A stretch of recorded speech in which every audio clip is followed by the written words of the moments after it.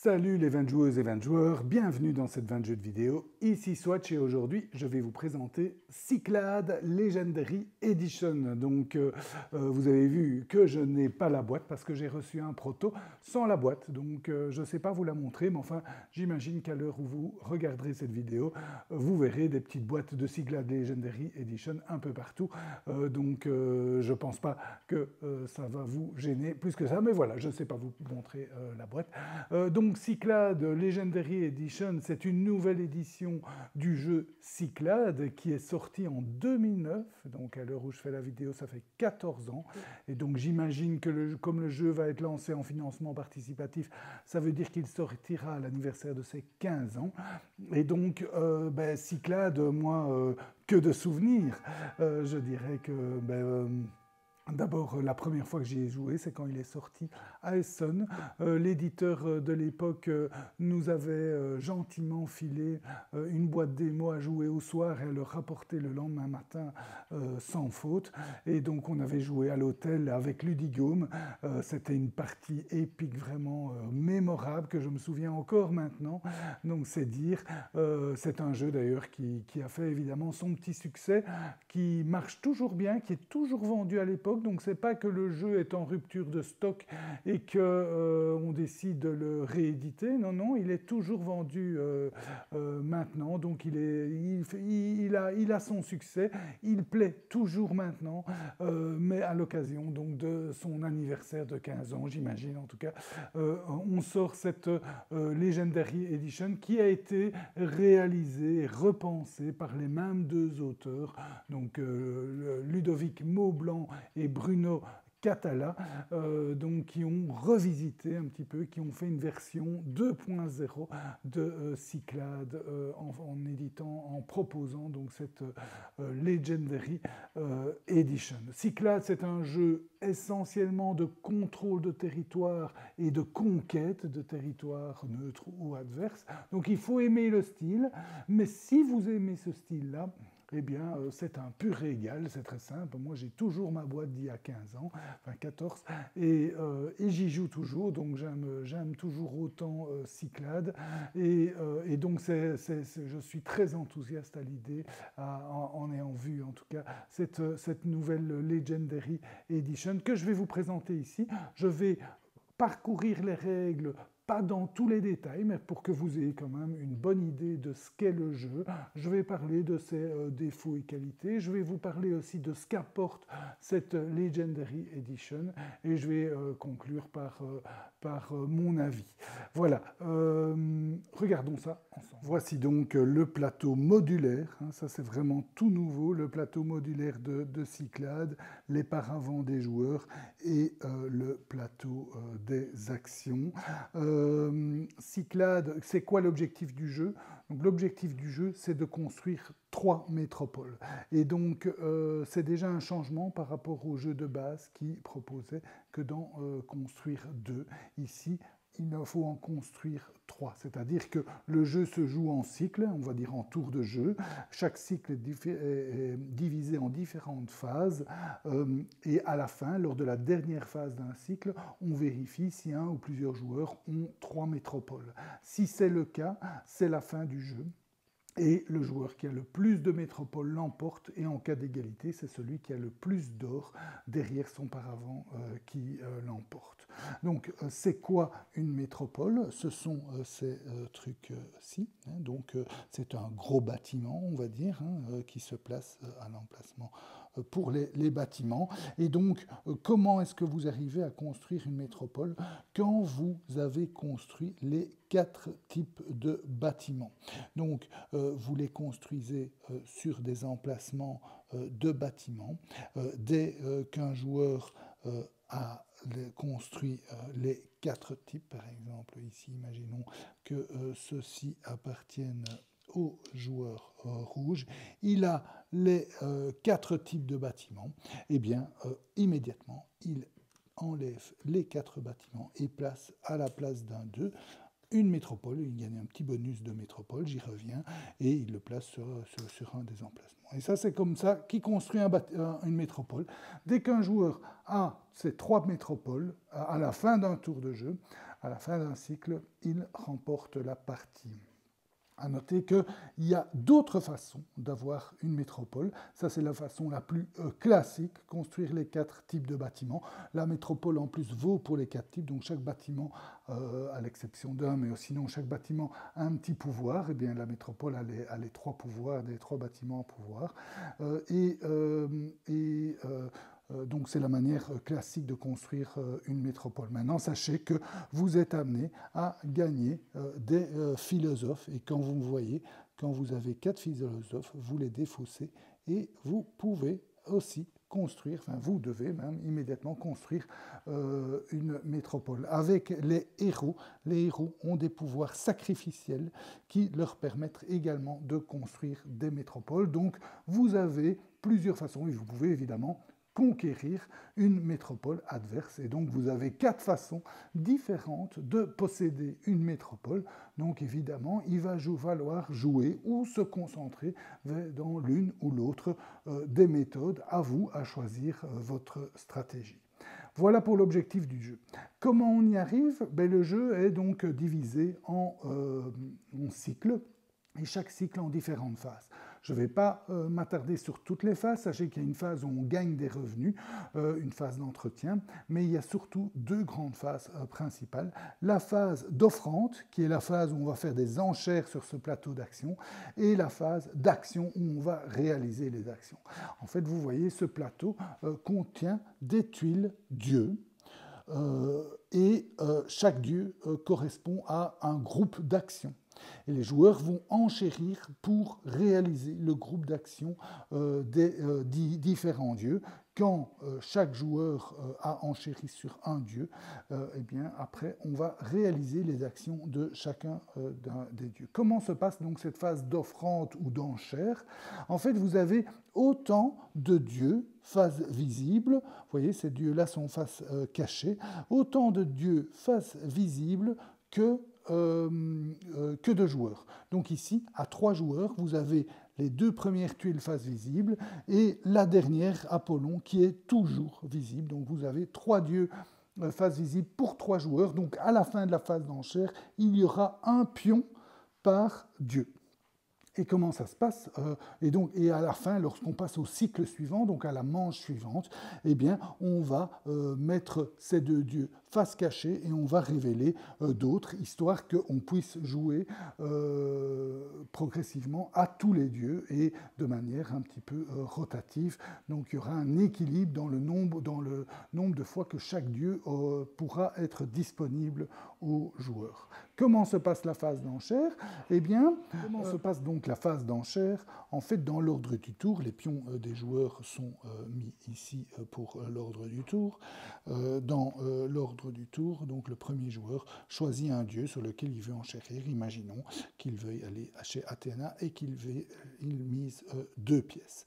Le joueur suivant choisit lui aussi un dieu sur lequel il veut enchérir. Imaginons qu'il veut choisir également Athéna. Il se met devant et où il veut, mettons qu'il mise 5, obligeant le joueur qui est déjà à déplacer son pion. Donc il ne peut pas surenchérir sur le même dieu, il doit aller vers un autre dieu.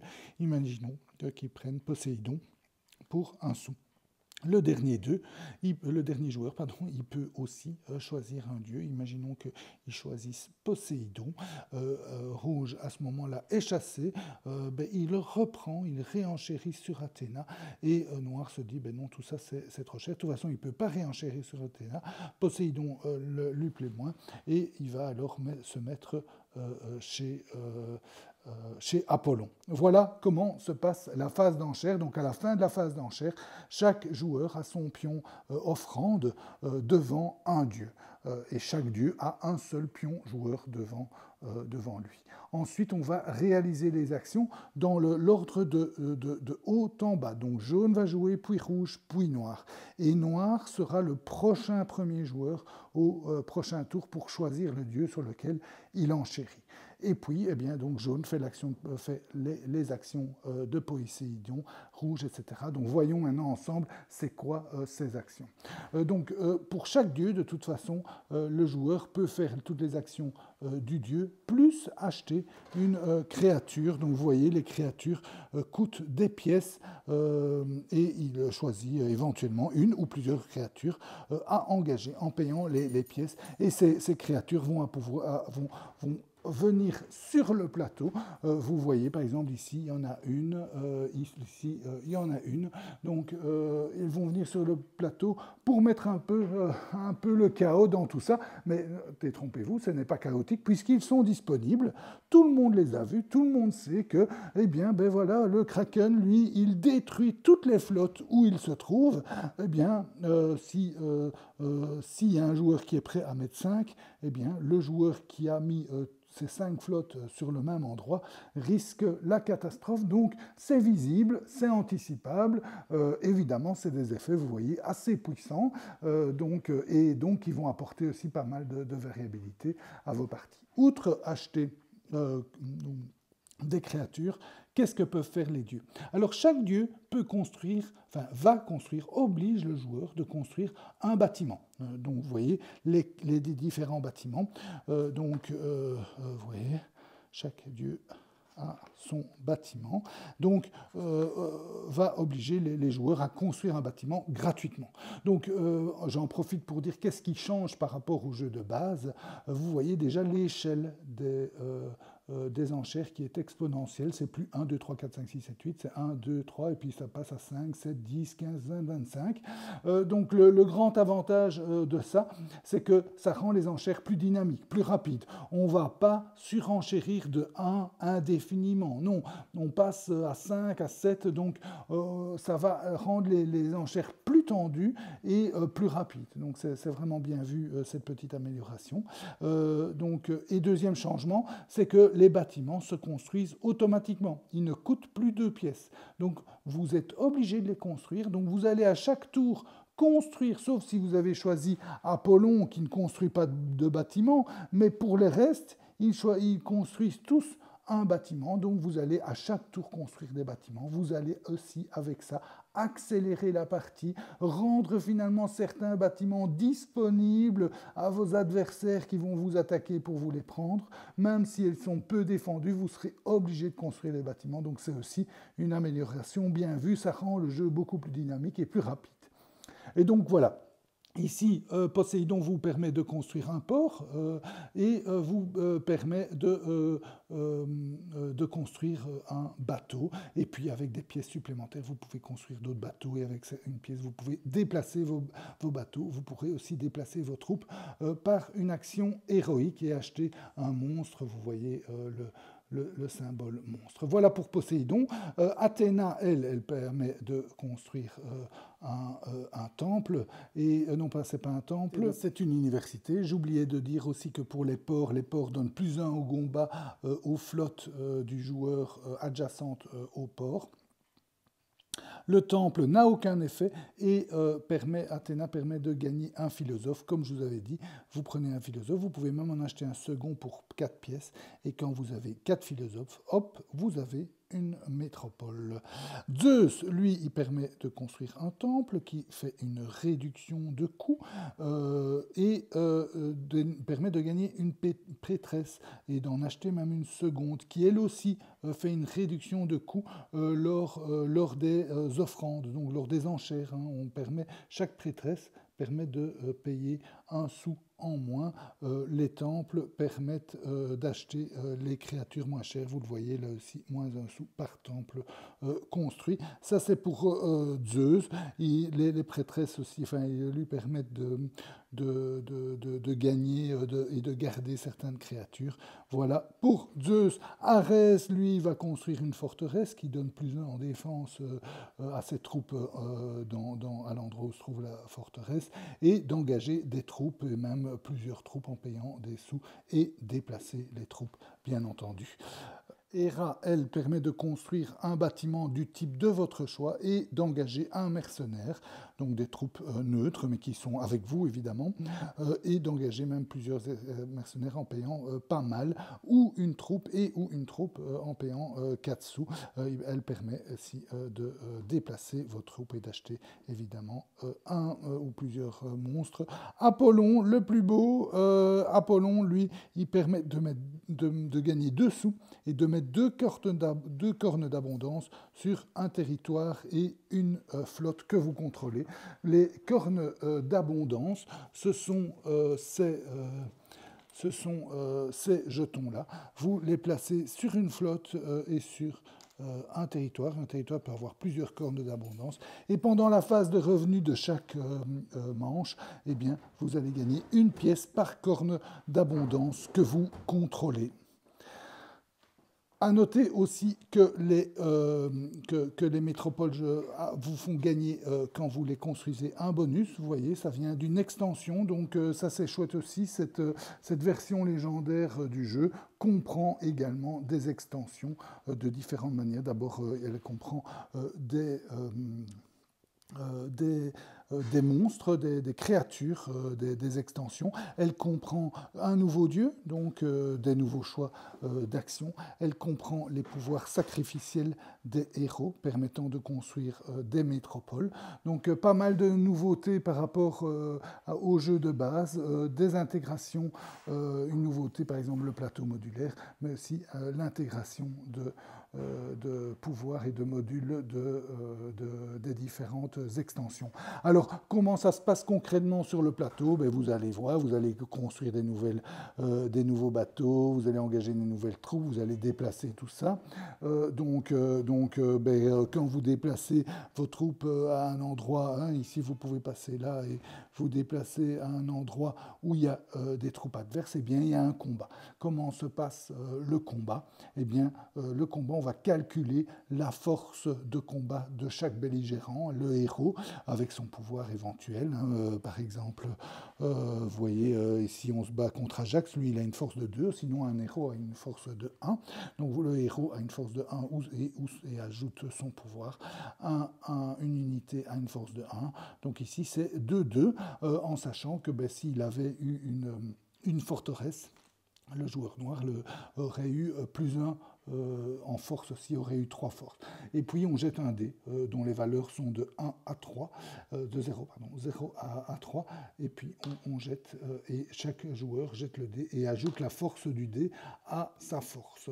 Le joueur avec la plus grande force gagne ce round de combat, et l'adversaire qui a perdu va devoir perdre une unité de combat. Ensuite, chaque joueur, en commençant par le défenseur, peut, s'il le veut, fuir, donc faire retraite vers un territoire adjacent qu'il contrôle ou qui n'est contrôlé par personne. S'il ne sait pas faire retraite, il ne peut pas faire retraite, et d'abord le défenseur décide de faire retraite, puis l'attaquant. Si aucun des deux ne fait retraite, eh bien on continue, on refait un round de combat, jusqu'à quand il ne reste plus qu'un seul belligérant. Et voilà, je vous ai déjà tout expliqué, et franchement, les grandes lignes, mais même plus que les grandes lignes du jeu, vous ont été présentées ici. Il n'y a pas tous les détails de déplacement et des choses comme ça, mais sinon, vous connaissez évidemment pas les pouvoirs de toutes les créatures ni de tous les héros, mais sinon, vous connaissez les règles de Cyclades Legendary Edition. Le jeu a les avantages et les défauts, je dirais, d'un jeu de combat et de conquête de territoire. Donc on va, à un moment donné, vers la fin du jeu, on va un petit peu tourner en rond. Donc vous allez avoir une joueuse qui va mener, qui aura 2 métropoles, qui sera tout près d'en construire une troisième ou d'en conquérir une troisième, et les autres qui vont se liguer contre elle, qui vont l'empêcher de gagner. Et puis, eh bien, une fois qu'on l'a un petit peu maté, eh bien, ça sera à une autre joueuse qui arrivera aussi proche de la victoire, et toutes les autres joueuses vont se liguer contre elle, etc. Donc on va un petit peu tourner en rond jusque quand il y aura une joueuse qui au bon moment viendra. En général, elle aura choisi une action qui arrive plus tard dans le tour, histoire que les autres puissent pas revenir sur elle par après. Et donc, le choix dans l'ordre du tour est important, et puis finalement ne laissera pas d'autres options aux autres que de la laisser gagner. Donc un jeu qui, voilà, à la fin peut un peu tourner en rond, mais très épique, hein. On va se souvenir, comme je vous disais au début de cette vidéo, on va se souvenir de nos parties de Cyclades. Il y a des retournements de situation, tout à coup une créature qui vient mettre du désordre dans tout ça, des héros qui sont super puissants et qui drainent une armée derrière eux et que tous les joueurs ont du mal à contrer. Enfin voilà, il va y avoir pas mal de choses passionnantes dans le jeu. Donc il faut aimer, hein, les jeux de contrôle et de conquête de territoire. Si vous n'aimez pas ça, ben vous n'aimerez pas Cyclades. Mais si vous aimez ça, et moi je ne suis personnellement pas un grand fan, bon, j'aime bien Scythe par exemple, hein, donc je ne crache pas dans la soupe, mais quand même celui-ci est un top dans le genre et j'adore, quoi, hein. Donc bon, il ne faut pas être allergique, mais il ne faut pas non plus être passionné de jeux de conquête de territoire. Il est vraiment, vraiment bien fait, équilibré.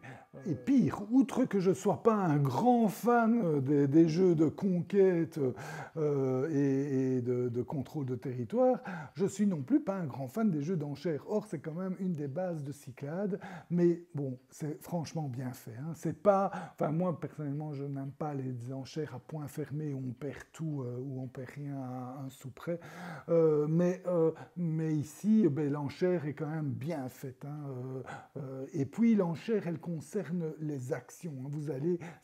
Bon, évidemment, une enchère apporte de l'interaction, mais ici, ça apporte une interaction forte, hein. Vous allez empêcher, en choisissant de surenchérir sur une action, vous allez empêcher un adversaire de réaliser telle ou telle action. Et donc, vous allez non seulement choisir vos actions et empêcher les autres de le faire. Donc, c'est très tendu avec, évidemment, les nouvelles échelles. Ça devient encore plus tendu. Donc, c'est très tendu, cette phase d'enchère. L'argent, évidemment, est très important. Donc, alors qu'Apollon n'était pas fantastique, maintenant, il gagne 2 pièces plus 2 cornes d'abondance. Donc, il devient quand même très intéressant parce qu'il permet de s'enrichir et donc de gagner par après certaines enchères et de l'argent. Vous n'allez pas uniquement l'utiliser pour vos enchères, vous allez aussi l'utiliser pour acheter des troupes, des déplacés, etc., acheter des créatures. Donc voilà, il y a une gestion derrière, il y a pas mal de variabilité avec ces créatures, avec les pouvoirs des héros. Ça vient dans tous les sens, hein. Vous êtes là, le premier qui construit 3 métropoles, oui, mais bon, il y en a un autre qui peut en conquérir une, un autre avec ses philosophes qui peut en créer une rapidement avec ses 4 philosophes, un autre avec le pouvoir sacrificiel d'un de ses héros, etc. Donc il faut faire attention à tout, surveiller tout le monde, attaquer le bon joueur au bon moment et soi-même dévoiler ou donner le coup de grâce au bon moment. Le timing est aussi très important. Je vous ai dit, l'ordre du tour n'est pas à négliger, donc pas mal de choses vraiment super. Le jeu est revu, c'est une version pour moi 2.0 du jeu de base, du jeu original.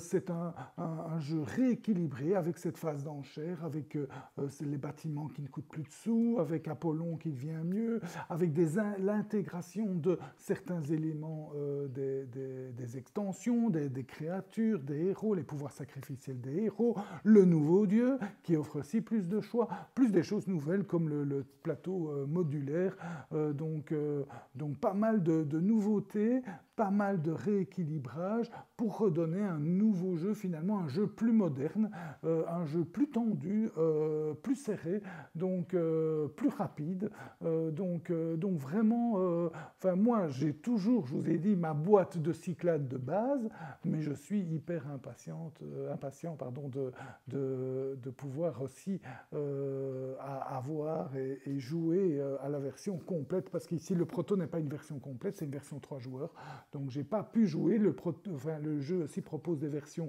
2 joueurs et une version 2 joueurs qui est revue complètement, et plus une version en équipe à 4 joueurs ou à 6 joueurs, en équipe de 2 joueurs. Donc bon, ces versions-là, j'ai pas pu les jouer, mais bon voilà, donc il y a en plus du changement de ce côté-là qui semble assez intéressant.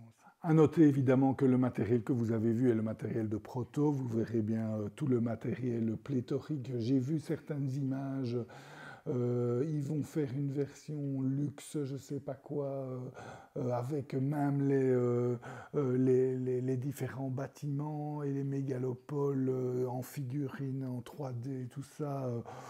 Ça va être beau, hein, ça va être beau. Donc les illustrations étaient complètement revues. Donc non seulement le gameplay a été revu, l'équilibrage, l'intégration de choses, des extensions, mais en plus il est plus beau, il est plus, voilà, il a tout pour faire craquer tout amateur de Cyclades. Et si vous n'avez pas Cyclades, ben c'est clair, et que vous aimez les jeux de combat, hein, il faut aimer les jeux de conquête et combat, mais sinon voilà, ça c'est vraiment un des tops dans le style. Voilà. J'espère que cette dégustation vous a goûté. Je vous souhaite de bien vous amuser. Santé et à bientôt.